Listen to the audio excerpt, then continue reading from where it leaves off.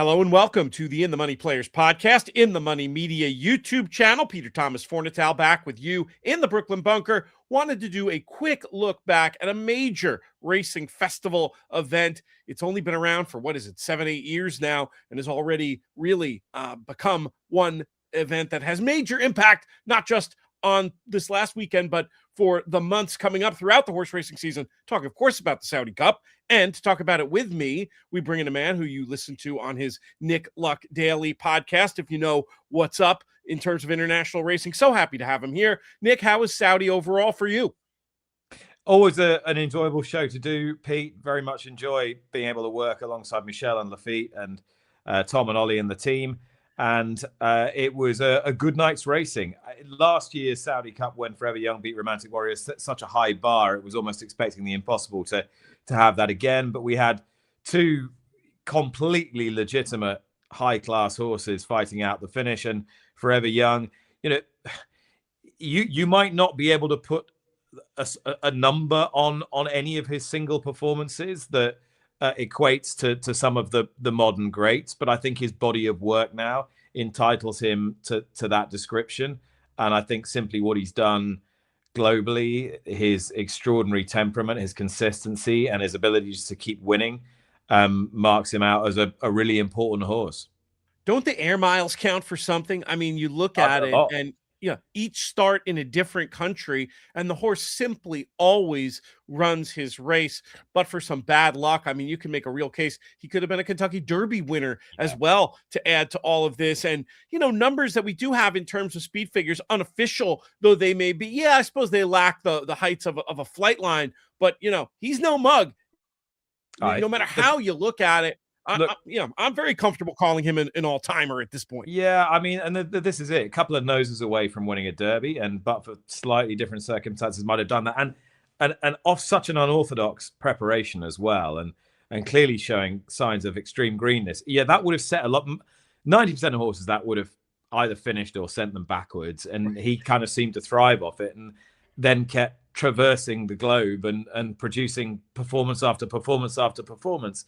So, we could be talking about a horse who had a Derby and 2 Breeders' Cup Classics already. It's a matter of inches.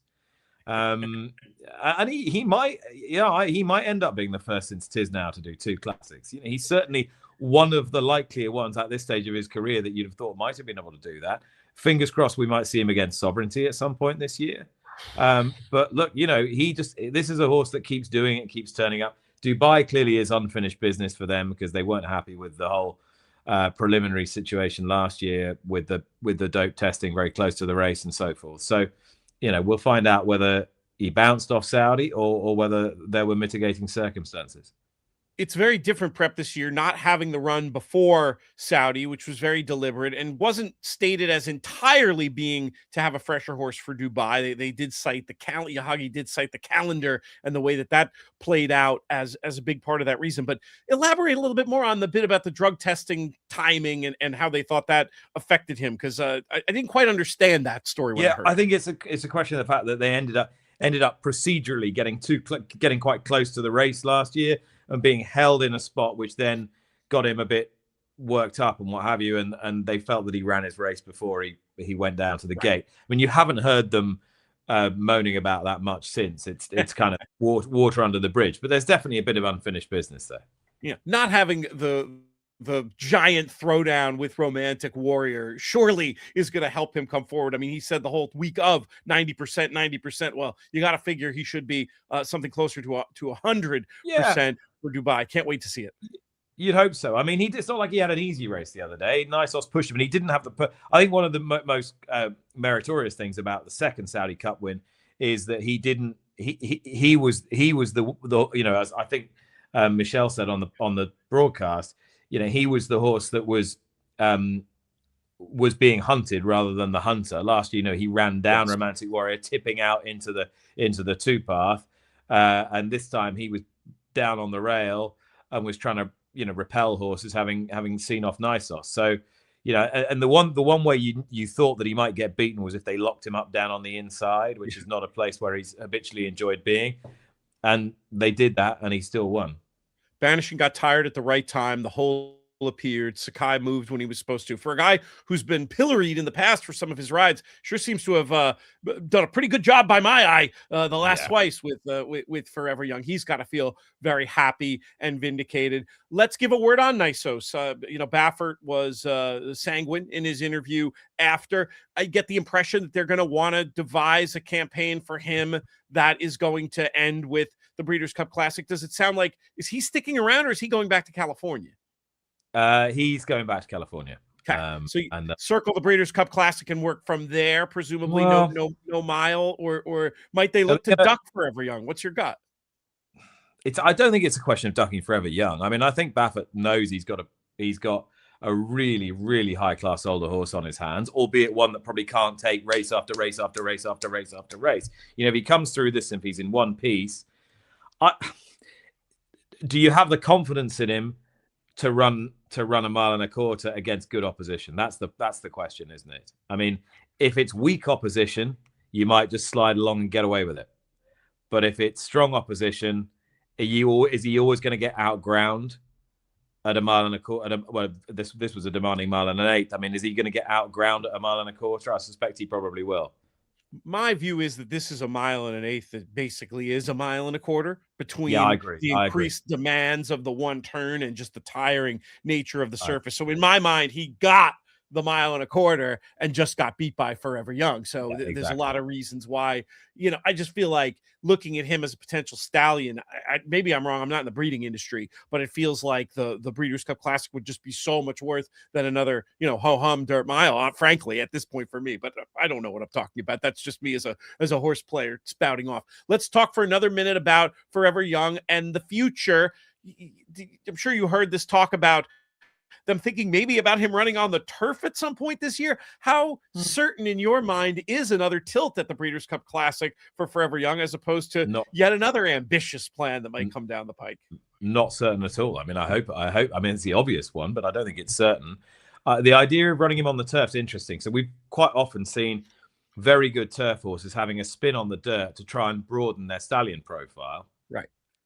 And this is it in reverse, because Japan is primarily a turf-based country, and it would definitely give him another string to his bow. So I get it. He's a horse of such a great temperament. I don't see any reason why he wouldn't be able to run a good race on turf, particularly if the accent was on strong staying. And in Japanese turf races, it tends to be, they tend to go a gallop and the galloper wins. So I don't think that's a crazy idea. It'll be interesting to see what they do. No plan has been committed to yet. We'll obviously be covering it. However, it plays out. Just so exciting to have horses like this to follow and season after season, something we don't always get in flat racing. It's been happening thanks to runners like Forever Young. Let's talk about the Saudi Derby for a moment, where Al Haram, I thought it was going to be a U.S. versus Japan battle there in the lane. Al Haram has other ideas, comes and runs them down. Does sound like this horse is going to go on to the UAE Derby and that they do have Kentucky dreams. I wasn't exactly sure if this horse was a likely one to point to Kentucky, but from what I understand, Al Haram and maybe the couple in behind him, all potentially runners that should be still thought of for Kentucky Derby lists. What are you hearing? What did you see in the Saudi Derby?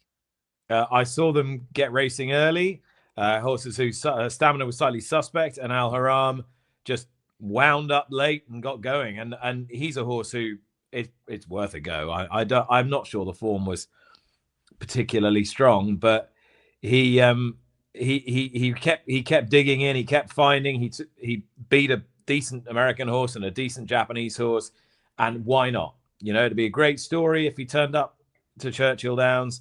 And you fancy that he could at least get a piece of something late on. I mean, he's not, he's unlikely contender for the board, but I don't think he's going to pass a few horses, isn't he? Right. Obliteration, you could tell a story based on the demanding construction, of course, that we talked about, and the fact that they did go fast in there. You could tell a story that he could continue to improve.